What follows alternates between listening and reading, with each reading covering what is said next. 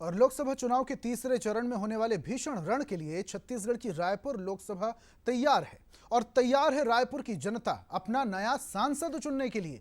तपती धूप हो या फिर गर्मी में तरबतर होते कपड़े, छत्तीसगढ़ की हाई प्रोफाइल सीट पर मैदान में उतरे कांग्रेस बीजेपी के प्रत्याशी जमकर जनता के बीच अपनी पहुंच बढ़ाने में लगे हुए हैं।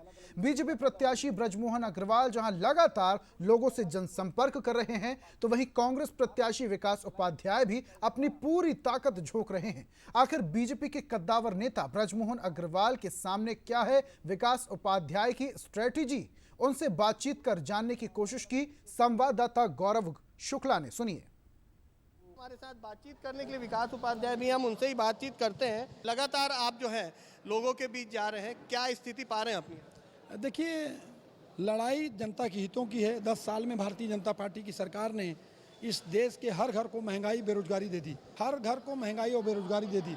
आज हम जिस चीज़ की लड़ाई लड़ रहे हैं, आज हम महंगाई, बेरोजगारी, आज अराजकता, किसानों की अस्थिरता को लेकर कांग्रेस पार्टी लड़ाई लड़ रही है। कांग्रेस पार्टी 10 गारंटी और 25 न्याय के साथ इस चुनाव में आई है और मैं समझता हूँ ये गारंटी, ये न्याय कोई सड़क चलकर नहीं, पद यात्रा करके राहुल गांधी जी ने एसी के ऑफिस में बैठकर नहीं, राहुल गांधी जी ने भारत जोड़ो यात्रा की और भारत जोड़ो यात्रा के माध्यम से इन तमाम चीज़ों को निकाल कर लेकर आया।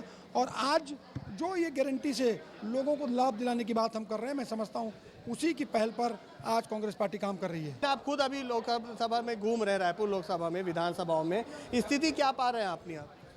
देखिए, जिस प्रकार से एक दशक से भारतीय जनता पार्टी के सांसद इस रायपुर लोकसभा में हैं, एक माइलस्टोन बता नहीं सकते कि उनके कार्यकाल में ये हुआ। यहाँ लोग विद्याचरण शुक्ला जी को जानते थे, जो यहाँ के संसद के रूप में केंद्र मंत्री थे। कल कारखानों को चालू करवाया, लोगों को रोजगार दिया, इस रायपुर को डेवलप करने की अलग अलग योजना को लाने का काम किया। दूसरी तरफ भारतीय जनता पार्टी जब छत्तीसगढ़ का हनन हो रहा था, जब छत्तीसगढ़ से पक्षपात हो रहा था, 9 सांसद यहाँ से जीत के गए थे भारतीय जनता पार्टी के। एक भी भारतीय जनता पार्टी के सांसद ने संसद भवन में आवाज़ नहीं उठाई। हम उसकी लड़ाई लड़ने के लिए इस लोकसभा चुनाव में उतरे हैं। सांसद बन जाते हैं तो आपका सबसे बड़ा मेन फोकस क्या रहेगा? देखिए, रायपुर राजधानी का लोकसभा है, राजधानी को मेट्रो के तर्ज पर ले जाना है।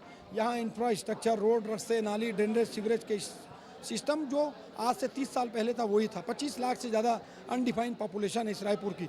इसमें कैसे आप इसको मुखर कर सकते हैं, इसको कैसे अच्छा बना सकते हैं, वही मुख्य मुद्दा है। बहरहाल अब देखना यह है कि जो प्रचार प्रसार का दौर है वो लगातार जारी है और 4 जून को जब परिणाम आते हैं तो किसके पक्ष में आते हैं। कैमरामैन दीपक के साथ गौरव शुक्ला, बंसल न्यूज़, रायपुर।